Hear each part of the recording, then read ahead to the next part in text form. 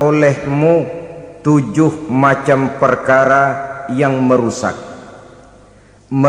akidah dan keimanan, merusak amal perbuatan yang sudah kita kerjakan, merusak sendi-sendi kehidupan sosial, pendek kata merusak segala hal di dalam kehidupan kita. Jauhilah olehmu 7 macam perkara yang merusak.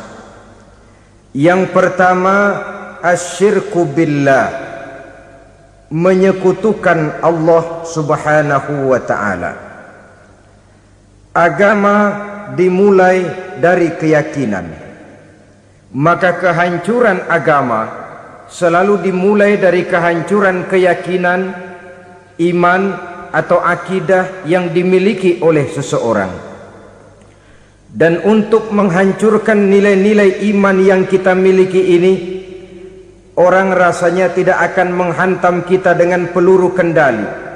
Orang tidak akan mengirimkan nuklir ke sini. Orang tidak juga akan mengirimkan satuan militernya ke sini. Untuk menghancurkan nilai-nilai iman, dibanjiri kita dengan paham-paham yang merusak dan mendangkalkan akidah.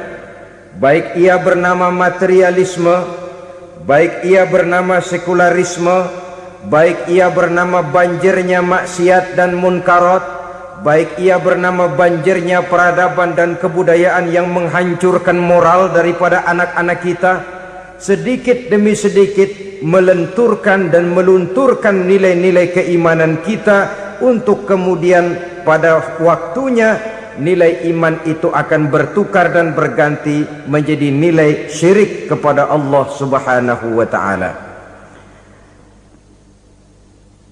Atau pada sisi lain, menjadikan yang selain Allah sebagai tujuan akhir daripada kehidupan kita.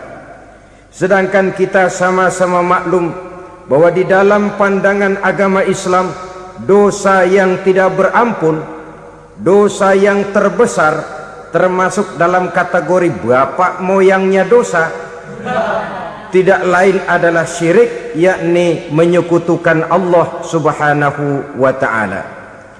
Pola penghancuran iman ini memang berstrategi. Ditawarkan kita kepada paham materialisme, paham kebendaan, di mana otak menempati urutan sebagai ranking pertama, Tuhan jatuh pada urutan kedua. Lalu menyusul kepada paham sekularisme, Allah dipisahkan dari seluruh kegiatan hidup ini, untuk pada gilirannya menjadikan yang selain Allah sebagai tujuan akhir daripada seluruh kegiatan hidup kita.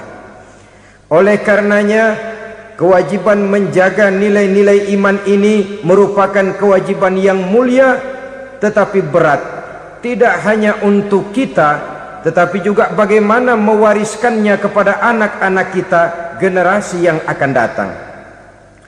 Orang-orang tua bijaksana yang diceritakan di dalam Al-Quran, kalau sudah berpikir tentang anak-anaknya, pertanyaan yang paling mereka risaukan ialah, ma ta'buduna min ba'di. Anakku, kalau pada satu saat aku, ayahmu sudah tidak ada lagi di dunia ini, meninggalkan kamu semua, ma ta'buduna min ba'di, apa yang akan kamu sembah nak? Jikalau sekarang ayahmu masih mau ke masjid, masih mau melakukan rukuk dan sujud, masih beribadah menyembah Allah subhanahu wa ta'ala, kalau orang tuamu sudah tidak ada, ma ta'buduna min ba'di, masihkah engkau mau datang ke masjid? Masihkah engkau mau rukuk dan sujud? Masihkah engkau mau menyembah Allah subhanahu wa ta'ala? Pertanyaan ini yang dipikirkan oleh Nabi Yakub kepada putra-putranya. Pertanyaan ini yang diteruskan oleh Nabi Ibrahim kepada anak-anaknya. Pertanyaan ini yang diwariskan oleh generasi ulama salafus saleh kepada para generasi berikutnya. Bagaimana kita generasi sekarang? Kita orang-orang tua sekarang bukan berfikir ma ta'buduna min ba'di, malah yang kita fikirkan ma ta'kuluna min ba'di. Kalau bapak tidak ada nanti kamu makan apa nak? Perkara kamu nyembah apa urusan nomor 18. Yang penting kamu nanti hidup bisa makan, nak. Maka kita sibuk mewariskan harta kepada anak-anak kita. Kita sibuk mewariskan kebun dan tanah kepada anak-anak kita. Kita sibuk mewariskan pabrik kepada anak-anak kita, sementara kita lupa mewariskan intan yang paling mahal, mewariskan mutiara yang paling berharga, yaitu nilai iman kepada Allah Subhanahu wa ta'ala. Alangkah baiknya apabila warisan harta, warisan tanah dan kebun, warisan rumah dan pabrik didasari lebih dahulu dengan mewariskan nilai iman kepada Allah Subhanahu wa ta'ala. Sebagai orang-orang tua, kita boleh bersedih kalau anak kita tidak mengerti komputer. Kita boleh bersedih kalau anak kita tidak mengerti matematika. Kita boleh bersedih kalau anak kita tidak mengerti bahasa Inggris. Tapi sewajarnya lebih bersedihlah kita orang tua jikalau mempunyai anak yang tidak kenal Allah sebagai Tuhannya, yang kemudian tidak mau rukuk dan sujud kepada Allah Tuhannya. Itulah kemalangan yang paling malang bila kita meninggalkan generasi yang tidak bertauhid kepada Allah Subhanahu wa ta'ala. Betapapun anak kita tidak ngerti komputer, saudara, paling-paling kerugiannya cuma kerugian dunia. Masuk dia ke alam barzakh, munkar nakir tidak akan sempat tanya kau belajar komputer apa tidak. Kumpul dia di padang mahsyar, malaikat juga tidak akan tanya matematikamu nilainya berapa. Yang ditanya kau kenal Allah, kau rukuk dan sujud kepadanya, kau pernah datang ke masjid. Oleh karena itu sekali lagi, menjaga nilai iman tidak hanya untuk kita, tetapi juga mewariskannya kepada anak-anak kita generasi yang akan datang. Sungguh kemalangan yang paling besar apabila kita meninggalkan anak-anak kita. Mereka kita tinggalkan lemah ekonominya, itu tidak baik. Mereka kita tinggalkan lemah otaknya, itu pun akan membuat mereka tertinggal oleh yang lain. Tapi yang paling celaka jikalau kita tinggalkan mereka dalam kondisi lemah imannya, rapuh akidahnya, tidak baik dan tidak betul keyakinan hidupnya. Oleh karena itu Nabi berpesan, jauhilah 7 perkara yang merusak. Yang pertama, syirik kepada Allah Subhanahu wa ta'ala, menyekutukan Allah baik dalam ucapan, dalam keyakinan ataupun dalam perbuatan. Ini perkara pertama yang termasuk 7 perusak besar di dalam kehidupan. Kalau sudah jatuh kita ke lembah syirik, bagaimanapun banyak kebaikan yang kita kerjakan, berjiwa sosial, bertangan pemurah, gemar menolong orang lain, kalau memang dasarnya syirik, maka seluruh kebaikan kita akan hancur, tidak akan ada nilainya dalam pandangan Allah Subhanahu wa ta'ala.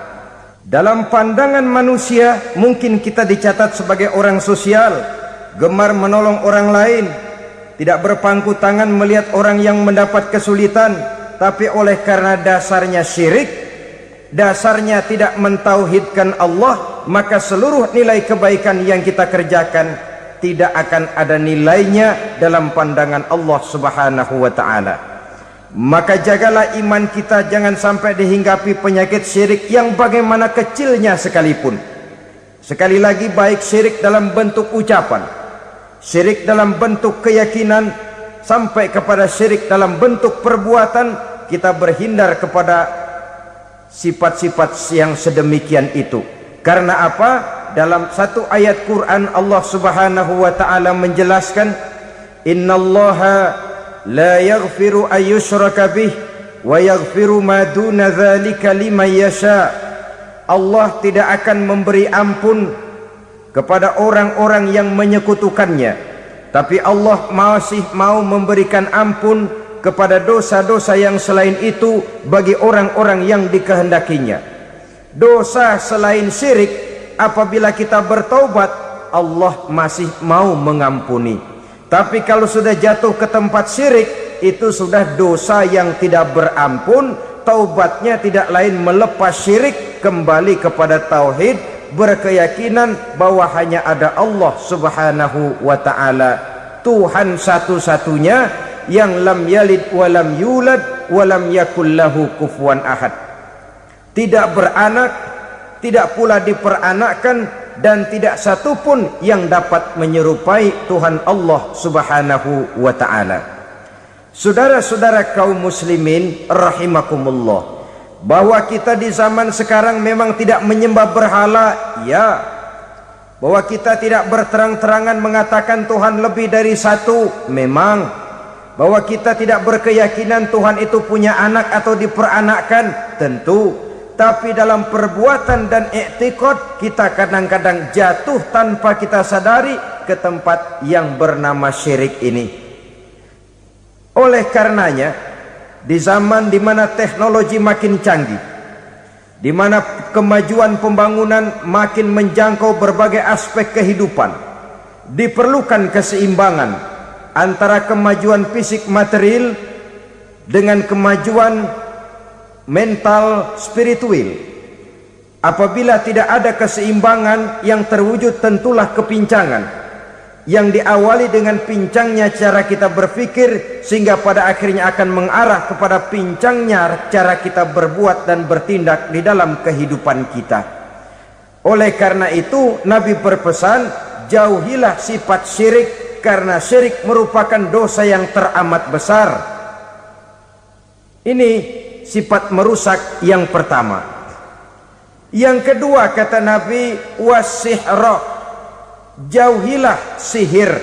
Sihir ini juga termasuk perkara yang merusak kehidupan. Kita semua sama-sama maklum bahwa sihir sebenarnya bukan persoalan baru. Sejak sebelum datang Islam, sihir itu sudah ada. Di zaman Yunani kuno sihir ada, di zaman Mesir kuno, di zaman Cina kuno, dan yang lain-lain yang serba kuno, sihir itu sudah ada. Bahkan para nabi pun, para rasul yang diutus oleh Allah Subhanahu wa ta'ala, senantiasa berhadapan dengan ahli-ahli sihir untuk menguji kebenaran dari misi yang mereka bawa. Sihir adalah perbuatan di luar kebiasaan yang bisa dikerjakan oleh ahlinya dengan bantuan jin atau setan. Hukum mempelajari sihir adalah haram, mengamalkannya lebih haram lagi. Sebab itu saudara-saudara, sihir merupakan perbuatan merusak yang harus kita jauhi. Ciri-ciri daripada perbuatan sihir, pertama, ia mengandung tipuan, bayangan khayal. Di zaman Nabi Musa misalnya, orang melihat tambang-tambang itu seperti ular.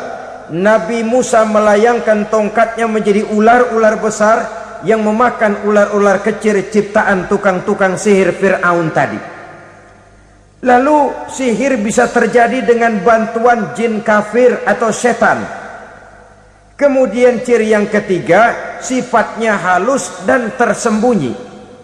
Taruh kata ada seorang ahli sihir yang mempergunakan ayat-ayat Quran sebagai jompa-jampe, sebagai baca-bacaan, itu cuma sekedar kedok.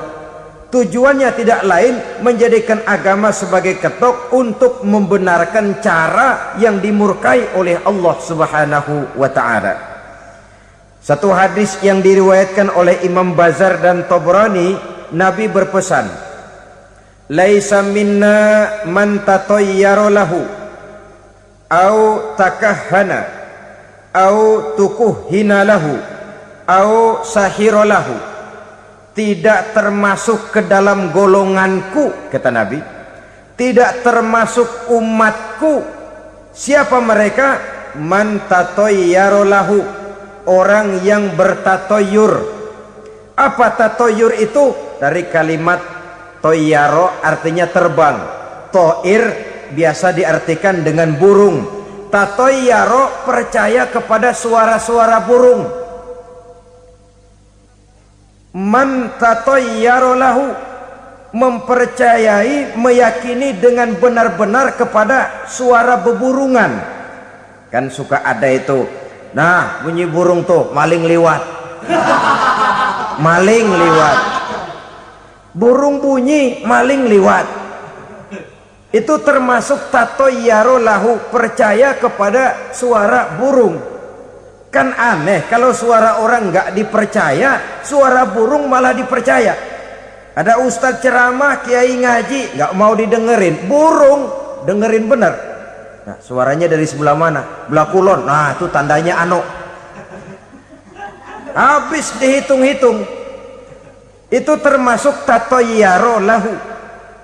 Au takahana, atau bertenung, au tukuhina, atau minta ditenungkan, au sahirolahu, atau melakukan perbuatan sihir, atau minta disihirkan. Laisa minna, tidak termasuk ke dalam golonganku, kata Nabi. Sehingga dengan demikian saudara-saudara, menghadapi sihir dengan sihir sekalipun termasuk perbuatan yang tidak diajarkan oleh agama. Kita kan mempelajari sihir untuk jaga diri, tidak apa-apa.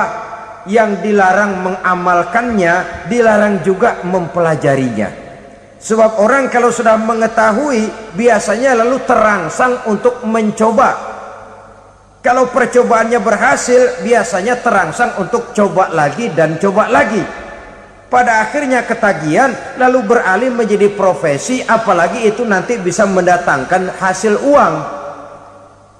Saudara-saudara kaum muslimin rahimakumullah, kita manusia makhluk nyata, kita hidup di alam nyata, terikat oleh sunnatullah, causality.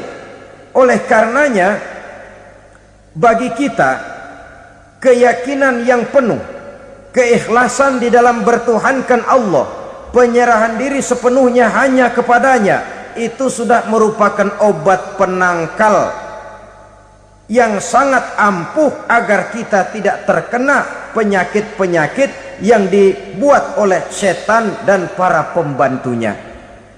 Sehingga beberapa ayat Quran mengajarkan, misalnya a'udzu bikalimatillahi tammati min syarri ma khalaq, atau bismillazi la yadurru ma'asmihi syai'un fil ardi wala fis sama, dengan menyebut nama Allah yang tidak bisa mendatangkan bahaya sedikit pun, dari baik yang datang dari langit maupun yang datang dari bumi. Jiwa yang kosong dari keyakinan yang penuh kepada Allah, jiwa yang penuh was-was dan ragu-ragu, itu yang mudah terserang oleh penyakit-penyakit yang dikerjakan oleh para tukang-tukang sihir, yaitu oleh setan dan seluruh para pembantunya. Kemudian hadis kedua yang diriwayatkan oleh Imam Ibnu Hibban, Nabi bersabda, la yadkhulul jannata mudminu khamrin wala mu'minu bisihrin wala qati'u rahmin. Tidak masuk surga. Ini Nabi yang bilang, tidak masuk surga. Siapa itu? Pertama, mudminu khamrin, orang yang berkekalan dalam mabuk. Selalu mudminun itu sudah menjadi perbuatan rutinnya, tidak kapok-kapoknya, teler seumur hidup. Mudminu khamrin, tidak masuk surga orang yang selalu bermabuk-mabukan. Yang kedua, wala mu'minu bisihrin, orang mukmin tapi main sihir. Ini juga oleh Nabi diperingatkan, tidak akan masuk surga orang mukmin tapi suka main sihir. Wala qati'u rahmin, dan tidak juga orang yang memutuskan silaturahmi. Tiga macam manusia yang diperingatkan Nabi tidak akan masuk surga: orang yang selalu mabuk, orang mukmin yang main sihir, dan orang yang memutuskan silaturahmi. Saudara-saudara kaum muslimin rahimakumullah. Lalu orang berkata, kenapa dilarang kita bersihir? Padahal Rasul sendiri kan punya mukjizat. Nah, kita memang harus membedakan antara mukjizat dengan sihir. Dalam kehidupan agama kita kenal ada yang namanya mukjizat, Ada yang namanya karomah atau keramat biasa diucapkan, ada yang namanya maunah, ada yang namanya irhas, ada juga yang namanya sihir. Kesemuanya ini berbeda, saudara-saudara. Yang dinamakan mukjizat itu khusus untuk para rasul saja. Satu kejadian luar biasa yang terjadi dilakukan oleh Rasul atas izin dari Allah Subhanahu wa ta'ala. Perbedaannya dengan sihir jelas. Sihir dari setan, mukjizat dari Allah. Sihir bisa dipelajari, mukjizat tidak. Sihir umumnya untuk maksud-maksud yang tidak baik, sedangkan mukjizat untuk memperkuat kebenaran yang disampaikan oleh para rasul dan ditentang oleh umatnya. Bahkan kafir Quraisy dahulu menganggap orang-orang ahli sihir itu berada dalam satu posisi yang hina, sehingga mereka mengatakan dan menuduh Nabi Muhammad sebagai tukang sihir. Tuduhan sebagai tukang sihir adalah tuduhan yang sangat aib dan hina. Di tengah masyarakat kufar jahiliyah, kedudukan tukang sihir dipandang sebagai kedudukan yang hina, sehingga mereka mengejek Nabi dengan sebutan tukang sihir. Jadi mukjizat hanya untuk Rasul saja. Kemudian karomah. Karomah ini asal kata dari karoma, kehormatan, kemuliaan yang diberikan Allah kepada hamba-hambanya yang rajin mendekatkan diri kepadanya. Oleh karena ketekunannya melaksanakan ibadah, Allah memberikan keistimewaan kepada orang itu, yang dengan keistimewaannya dia bisa mengerjakan yang tidak bisa dikerjakan oleh orang lain. Karomah hanya bisa dicapai dengan prestasi ibadah. Kalau sihir mau ibadah apa enggak, asal dia belajar, bersatu dan berteman dengan setan, memenuhi persyaratan-persyaratan setan, biasanya lalu bisa. Sedangkan karomah tidak mungkin terwujud tanpa orang mendekatkan diri sedekat-dekatnya kepada Allah Subhanahu wa ta'ala. Maka kita lihat biasanya orang-orang yang punya ilmu sihir, mukanya rata-rata nggak enak dilihat. Kumuh, jauh dari air wudhu, jauh dari sujud kepada Allah, malah berteman dengan setan, menjadi pelayan-pelayannya setan. Saudara-saudara, adapun maunah, keistimewaan yang diberikan Allah kepada hamba-hambanya yang belum sampai kepada tingkat wali, tapi orang itu lebih banyak kebaikannya daripada kesalahannya. Umpamanya, saudara jalan bertiga di pinggir jalan, saudara ada pada posisi di tengah, lalu bertiga ini ketabrak mobil. Menurut perhitungan saudara mati lebih dahulu, tapi terjadi hal yang aneh, dua teman saudara mati, saudara malah cuma luka dan lecet sedikit saja. Apa itu? Kalau kita lebih banyak kebaikannya daripada kesalahannya, itu yang dinamakan maunah, pertolongan yang diberikan Allah kepada hamba-hambanya yang lebih banyak kebaikannya daripada kesalahannya.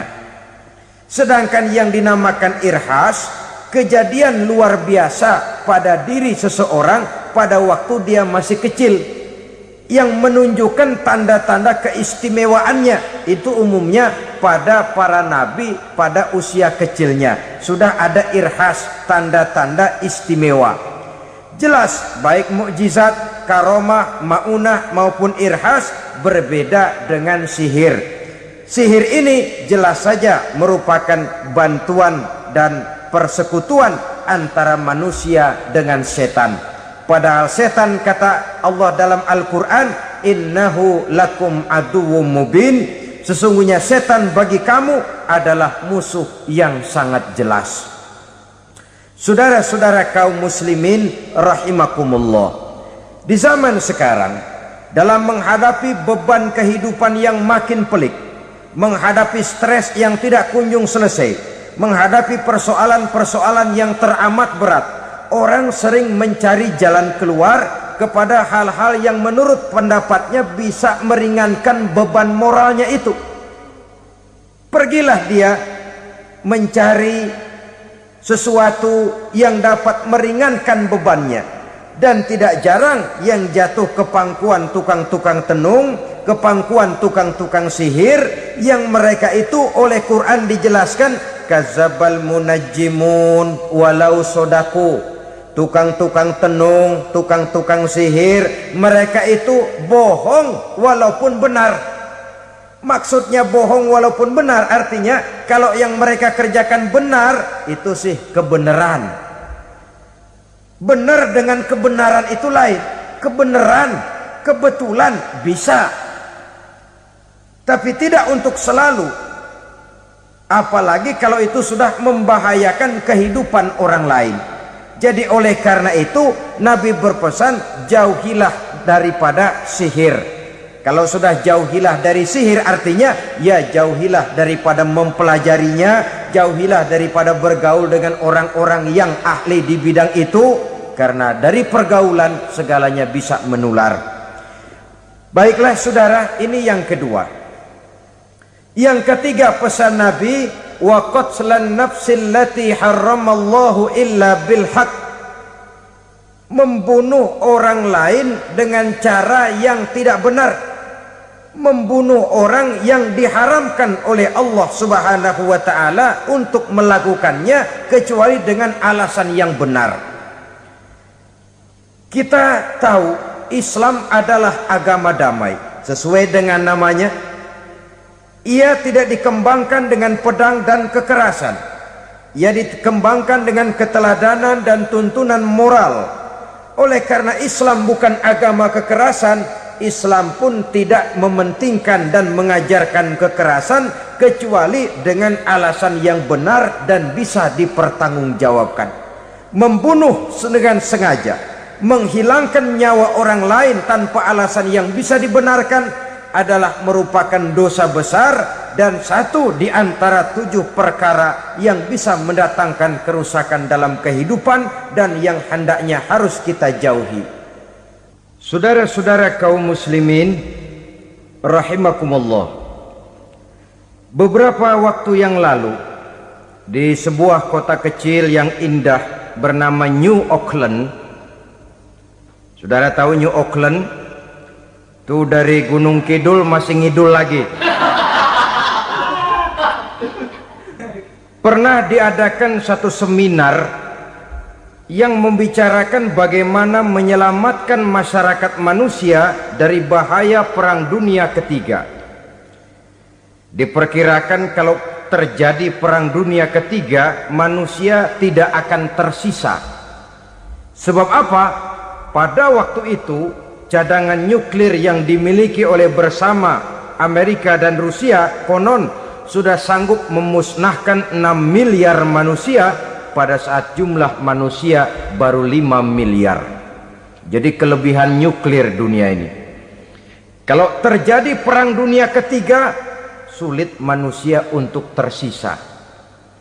Maka dibahaslah di dalam seminar itu, wah, supaya tidak terjadi Perang Dunia Ketiga, maka perlombaan membuat senjata-senjata canggih, alat-alat pembunuh modern harus segera dibatasi. Dibahas, tidak mungkin kita membatasi perlombaan membuat senjata. Kenapa? Makin maju ilmu dan teknologi, makin canggih senjata yang ditemukan.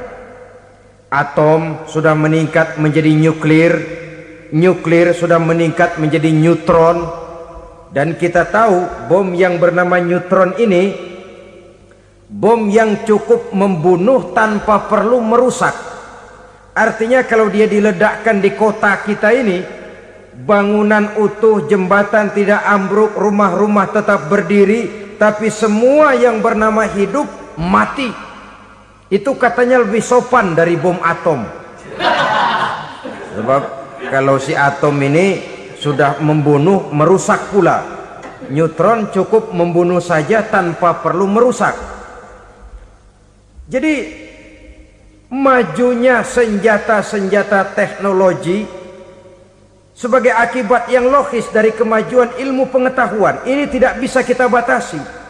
Dan memang sebenarnya yang bahaya bukan senjatanya, tapi manusia yang mengendalikan senjata itu. Mereka kembali kepada prinsip the man behind the gun.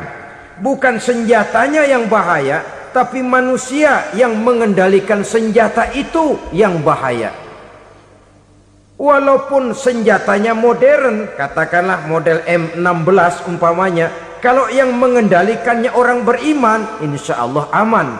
Tapi biar megang cuma senapan angin, kalau yang megang orang brutal, ngeri kita deket-deket.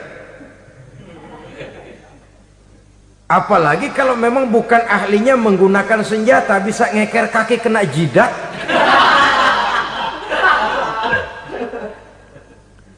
Mereka kembali kepada prinsip lama yang tetap baru. Bukan senjatanya yang harus dibatasi, manusia yang mengendalikan senjata itu yang perlu dibicarakan. Nah, kalau begitu, agar manusia tidak mempergunakan senjata sewenang-wenang, apa yang harus kita lakukan? Ya, manusianya harus bermoral. Ya, tapi moral yang mana? Di dunia ini banyak ajaran tentang moral. Itu pun mudah saja. Di sini kan kita undang saja ahli dari berbagai agama untuk membicarakan konsep perdamaian menurut agamanya masing-masing. Baik, setuju itu? Setuju. Maka tampillah para ahli agama, mereka kembali kepada prinsip moral daripada konsep yang terkandung di dalam ajaran agama untuk menegakkan perdamaian. Mula-mula naiklah ahli dari agama Hindu, dibacakan konsep perdamaian menurut ajaran agama Hindu, bahwa untuk damai manusia harus meninggalkan nafsu keduniaannya, menempuh samsara dan sebagainya untuk mencapai nirwana, menjauhi kemegahan dan kemewahan dunia. Ini lalu dibahas, rasanya juga tidak mungkin ini. Kemudian dari agama Nasrani, bahwa untuk damai manusia harus menciptakan sifat kasih sayang. Kalau ditampar pipi kiri, berikan pipi yang kanan. Kalau diberikan selendang, berikan baju. Nanti orang kasihan, lalu dia tidak akan nampar lagi. Ketika ini dibahas, ternyata rasanya pun tidak mungkin bisa diterima. Karena apa? Di zaman sekarang orang ditampar pipi kiri, dikasih pipi kanan. Bukan kasihan, gemes. Damai belum tentu, bonyok udah jelas. Lalu ketika dibacakan konsep perdamaian menurut Quran, di mana disampaikan ayat wa jazaa'u sayyi'atin sayyi'atun misluha faman afa wa aslaha fa ajruhu 'ala Allah. Balasan terhadap satu kejahatan adalah kejahatan yang seimbang, tetapi barang siapa yang memberi maaf dan mencari jalan damai, itulah yang terbaik dan akan mendapat pahala dari Allah Subhanahu wa ta'ala. Kamu tidak salah ditampar pipi kirimu, tampar lagi pipi kirinya sekeras dia menampar pipi kirimu. Nanti orang tidak mau menampar kita karena dia tahu kalau dia tampar kita, dia akan menderita tamparan sekeras dia menampar kita. Akan terjadilah prinsip saling hormat menghormati, tidak saling ganggu, tidak saling usil, tidak saling jahil. Atas dasar ini perdamaian bisa ditegakkan. Mereka bisa menerima konsep ini, tapi kemudian seminar ditutup tanpa satu keputusan resmi. Kenapa? Terus terang mereka kagum dengan konsep Islam, tapi sentimen lama terhadap nilai-nilai Islam telah menutup mata mereka untuk menerima kebenaran dari ajaran Al-Quranul Karim.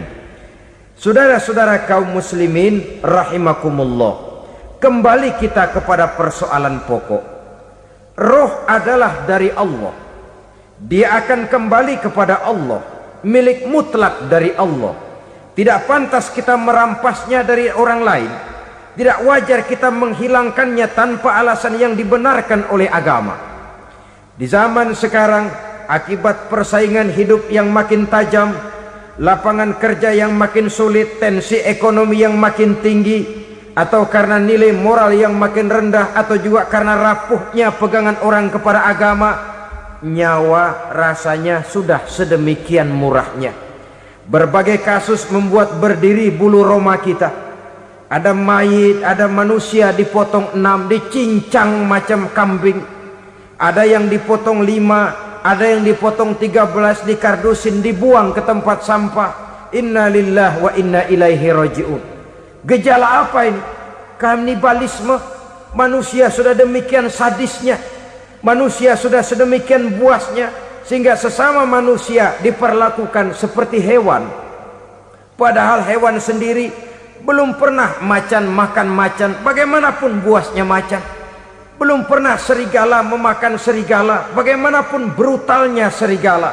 Tetapi manusia makan manusia di zaman sekarang kadang jadi kenyataan dalam kehidupan kita. Kadang persoalannya remeh saja, soal uang 200 perak, pisau bicara, nyawa melayang. Soal rokok sebatang, celurit bicara, nyawa melayang. Soal-soal yang sama sekali tidak prinsip, begitu mudah kita menghilangkan nyawa orang lain. Padahal Nabi pernah memperingatkan, apabila dua orang muslim sudah berkelahi dan berbunuh-bunuhan, al-qatil wal maktul finnar, yang membunuh dan yang terbunuh dua-duanya neraka. Sahabat heran, ya Rasul, kalau yang membunuh masuk neraka itu sih wajar, tapi yang terbunuh kenapa neraka juga? Beliau menjawab, dua-duanya sudah punya niat untuk saling membunuh. Niatnya itu yang diponten. Yang terbunuh cuman lagi apes aja, keduluan dia. Umpama tidak terbunuh, pasti dia yang akan membunuh. Oleh karenanya al-qatil wal maktul, yang membunuh dan yang dibunuh finnar, dua-duanya masuk ke dalam neraka. Islam menghormati kehidupan, tidak hanya terbatas kepada sesama muslim, orang-orang yang berlainan agama pun yang mau hidup berukun, damai, berdampingan dengan umat Islam, jiwa mereka, darah mereka dilindungi oleh nilai-nilai Islam yang disebut dengan kafir zimmi ini.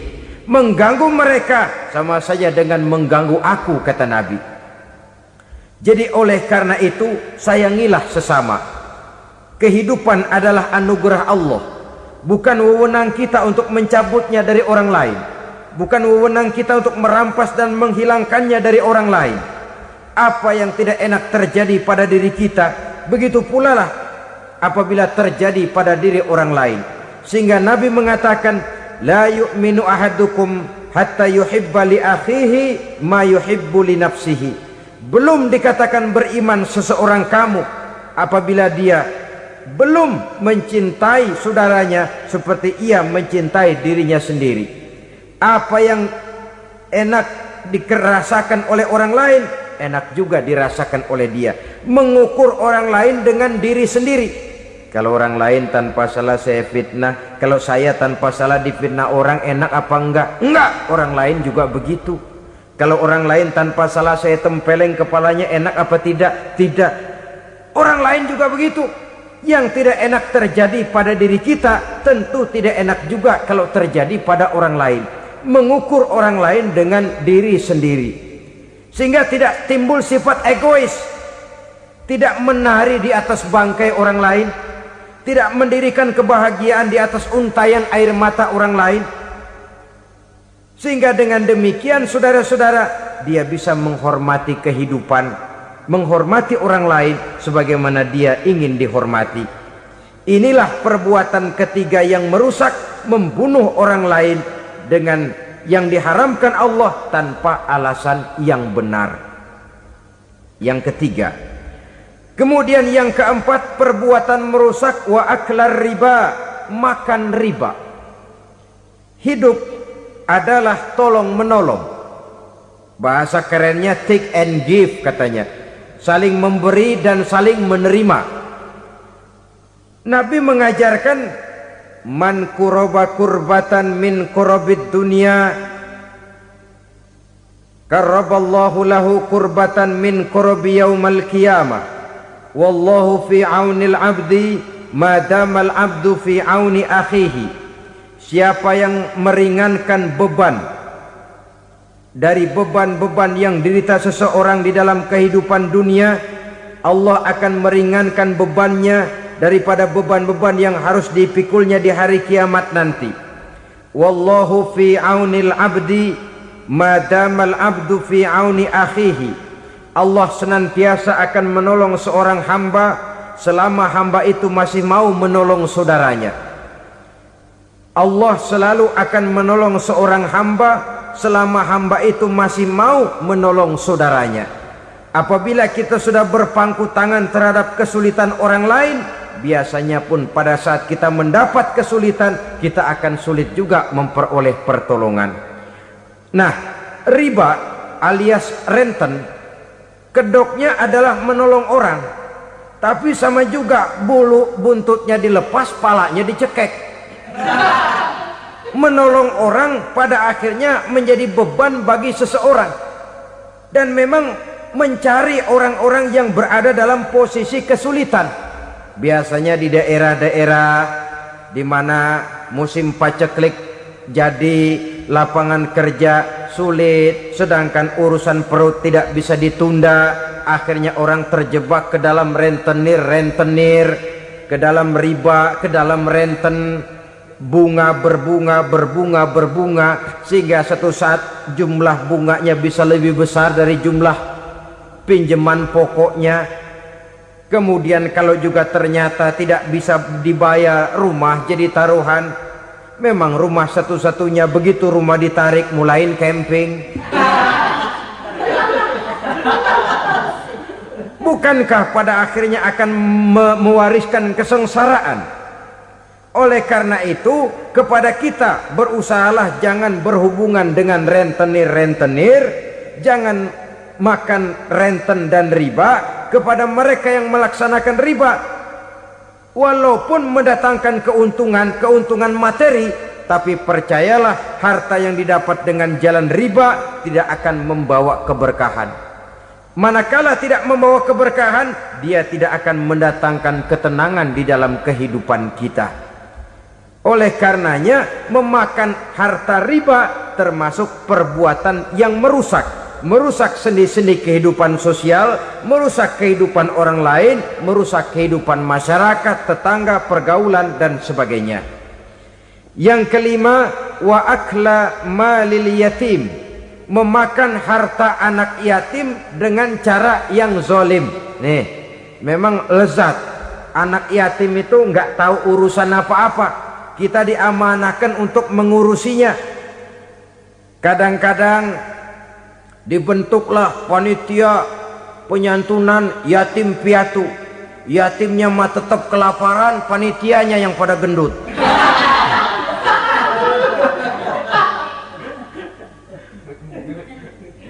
Padahal memakan harta anak yatim termasuk perbuatan dosa besar. Dan menjantuni yatim merupakan perbuatan mulia.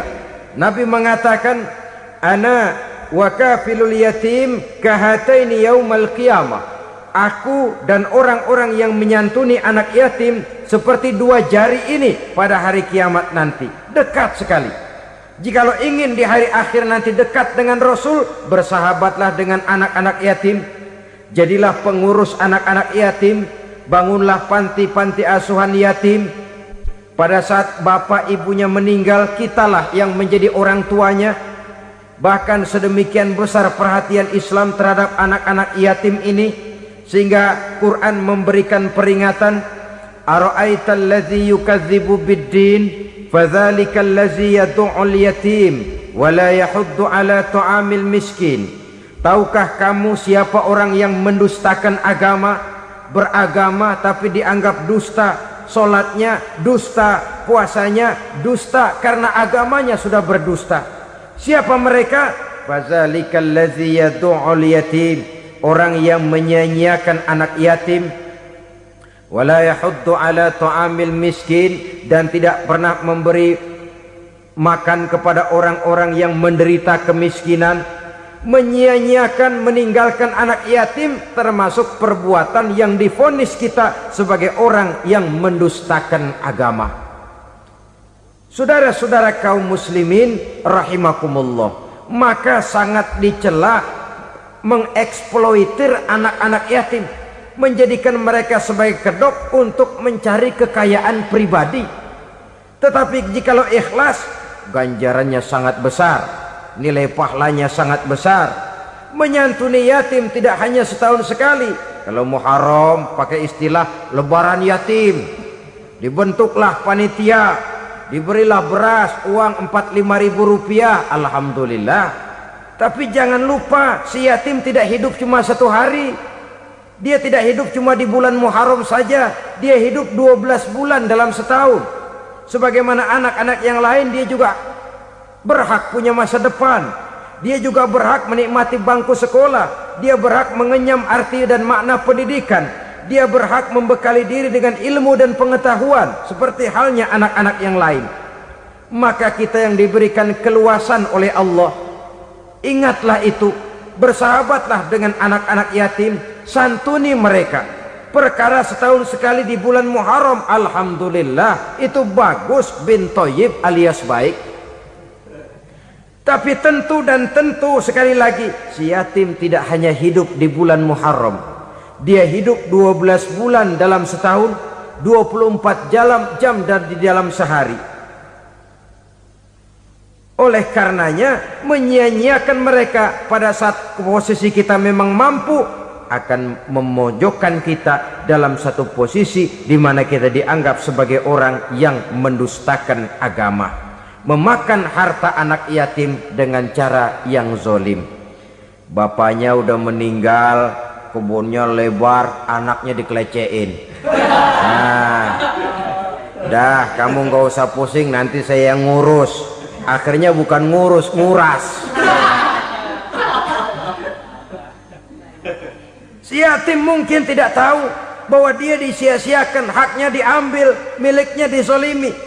Tapi Allah yang akan membalasnya dengan seadil-adilnya. Maka makan harta anak yatim biasanya balasannya tokcer bin paten. Nggak banyak selang tempo itu, nggak percaya cobain dah. Nyobain aja kan nggak bayar, umpama. Memakan harta anak yatim dengan cara yang zolim, ganjarannya biasanya kontan. Kenapa? Ratapan si miskin, untayan air matanya, jeritan kepedihan hatinya, membuka pintu langit, permohonannya diijabah, getaran hatinya didengarkan oleh Allah. Maka balasannya biasanya kontan, spontan, tidak menunggu waktu terlalu lama. Itu di dunia, belum lagi di akhirat nanti. Bukankah dalam riwayat Mi'raj diceritakan Nabi melihat di neraka itu orang perutnya sebesar rumah? La haula wala quwata. Itu perut kayak rumah, bagaimana jalannya tuh orang? Dan memang gak jalan, diseret-seret oleh malaikat di neraka itu. Hancur perutnya, amburadul itu perut. Berantakan isinya, dibulatkan lagi, diseret lagi, hancur lagi, dibulatkan lagi. Sampai Nabi tanya, orang itu begitu berat siksanya kenapa ya Jibril? Itu Muhammad, waktu di dunia dulu rakus banget makan harta anak yatim. Begitu vonisnya, begitu menyedihkan nasibnya di akhirat. Tapi di dunia pun ketidakberkahan itu sudah membayangi kehidupannya. Oleh karena itu, kepada saudara-saudara yang mendapat titipan anak yatim, berbahagialah, karena semulia-mulia rumah adalah rumah yang di dalamnya ada anak yatim yang disantuni. Sehina-hina rumah adalah rumah di mana di dalamnya ada anak yatim yang disia-siakan. Begitu kata Nabi kita. Rumah yang paling mulia dalam pandangan Allah, rumah yang di dalamnya ada anak yatim yang disantuni. Rumah yang paling hina dalam pandangan Allah, rumah yang di dalamnya ada anak yatim yang nasibnya disia-siakan. Berbahagialah saudara apabila menjadi penyantun anak-anak yatim, pelindung mereka, sehingga mereka mempunyai masa depan sebagaimana anak-anak lainnya. Rasulullah sendiri sedemikian peka terhadap keadaan anak-anak yatim karena beliau sendiri memang mengalami umur 6 bulan dalam kandungan ibu, beliau sudah ditinggalkan oleh ayahnya. Pada saat berusia 6 tahun ibu sudah meninggal. Yatim piatu dalam usia di mana beliau sedang perlu belas kasih seorang ibu dan pengertian seorang bapa. Kepekaan itu lalu timbul, bahkan kemudian sampai kepada beliau berkata, aku dan orang yang menyantuni anak yatim seperti jari tengah dan jari telunjuk di hari akhirat nanti. Sedemikian dekatnya. Baiklah ya, jadi yang kelima, memakan harta anak yatim. Jauhi karena ini perbuatan yang merusak. Yang keenam, watawalli yaumaz zahfi, melarikan diri pada hari pertempuran. Apa ini? Khianat. Tidak konsekuen dengan konsep perjuangan. Pada mulanya keras benar teriak, berantas korupsi, ganyang korupsi. Cuma karena belum dapat giliran. Begitu dia naik dapat kesempatan, korupsinya lebih edan dari yang diteriakinya. Ini termasuk tawalli yaumaz zahfi, berpaling pada hari peperangan. Di saat menghadapi musuh, kalau belum kelihatan musuh, teriaknya nyaring bener. Jangan takut, demi kebenaran sampai titik darah yang paling penghabisan. Musuh belum kelihatan. Begitu musuh sudah kelihatan, paling dulu lari ke belakang. Kalau diajak berjuang ada saja alasannya. Sehingga Quran memberikan peringatan kepada kita semua. Mengapa kamu ini berat? Kalau sudah diajak berjuang di jalan Allah, kakimu seperti terhunjam berakar di perut bumi. Berat untuk melangkah berjuang. Lari dari pertempuran tidak konsekuen dengan konsepsi perjuangan. Mau enaknya saja. Dalam kondisi yang sulit lalu berpangku tangan. Ini termasuk ciri munafik yang di dalam Al-Quran disindir dengan bahasa kullama adha'a lahum masyaufi wa iza azlama alaihim qamu. Waktu terang mereka jalan, giliran gelap mereka mandek. Artinya, maksudnya kalau giliran ada untungnya aja rame-rame teriak Islam, tapi begitu diminta berjuang, dituntut berkorban, rame-rame mundur. Waktu dilihat di Islam ada untungnya, rame-rame teriak Islam. Pak, saya Islam banget pak. KTP saya Islam pak, pokoknya Islam banget dah. Tapi ketika diminta berjuang, dituntut sedikit berkorban, rame-rame mengundurkan diri. Tahun 65 PKI berontak. Waduh, waktu itu jadi orang Islam untung itu, nggak dikejar-kejar, aman. Masjid rame, masjid, mobil-mobil mewah parkir di depan musola dan masjid. Kenapa? Waktu itu asal udah ke masjid aman, Islam selamat, untung. Tapi begitu keadaan aman, yang parkir di musola sepeda butut melulu.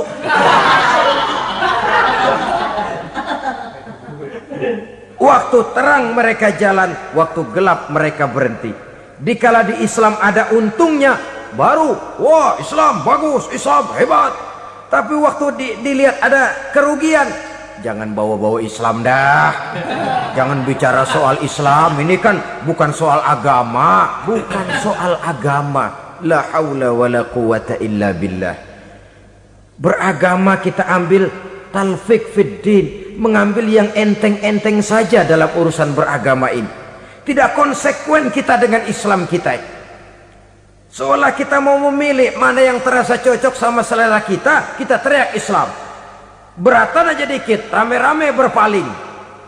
Itu termasuk tawalli yaumaz zahfi. Para pengkhianat, mental-mental hipokrit yang tidak mau konsekuen menghadapi segala bahaya. Itu termasuk perbuatan yang merusak. Kenapa? Kalau cuma dia saja yang lari, mungkin tidak jadi soal. Tapi larinya ini akan mempengaruhi orang lain. Nah, pengaruhnya itu yang dicegah. Sebab kalau satu sudah mulai lari, yang lain mulai ngelirik. Ketika yang dilirik kemudian tidak ada reaksi, dia akan ikut lari. Artinya apa? Seorang muslim harus konsekuen dengan konsep perjuangannya, dengan keyakinan keagamaannya, dan tidak memilih yang enak-enak saja di dalam kehidupan beragama. Lari dari pertempuran, bermental khianat, mengkhianati agama, merupakan satu di antara sifat yang merusak. Terakhir saudara, wa qazfal muhsanatil ghafilatil mu'minat, menuduh perempuan baik-baik yang tidak tahu menau tentang tuduhan yang dituduhkan kepadanya, menuduh perempuan mukmin yang baik-baik yang tidak tahu menau tentang tuduhan yang dilakukan kepadanya. Fitnah lebih bahaya daripada pembunuhan. Orang yang tidak salah bisa hancur namanya, orang yang berniat baik bisa ambruk perjuangannya oleh karena fitnah. Sehingga dikatakan al fitnatu asyaddu minal qatsli, fitnah lebih bahaya daripada pembunuhan. Maka memfitnah ini termasuk satu dosa di antara 7 hal merusak yang harus kita jauhi semampu kita, semampu-mampunya. Mengupayakan sebisa-bisanya jangan sampai terjebak ke dalam hal yang demikian. Nah saudara-saudara, inilah saja pertemuan kali ini. Mudah-mudahan ada manfaatnya. Semoga Allah memberikan kekuatan zahir dan batin kepada kita untuk bisa menjauhi 7 perkara yang merusak ini. Terima kasih atas segala perhatian. Mohon maaf atas segala kekurangan. Wabillahi taufiq wal hidayah. Wassalamualaikum warahmatullahi wabarakatuh. Waalaikumsalam.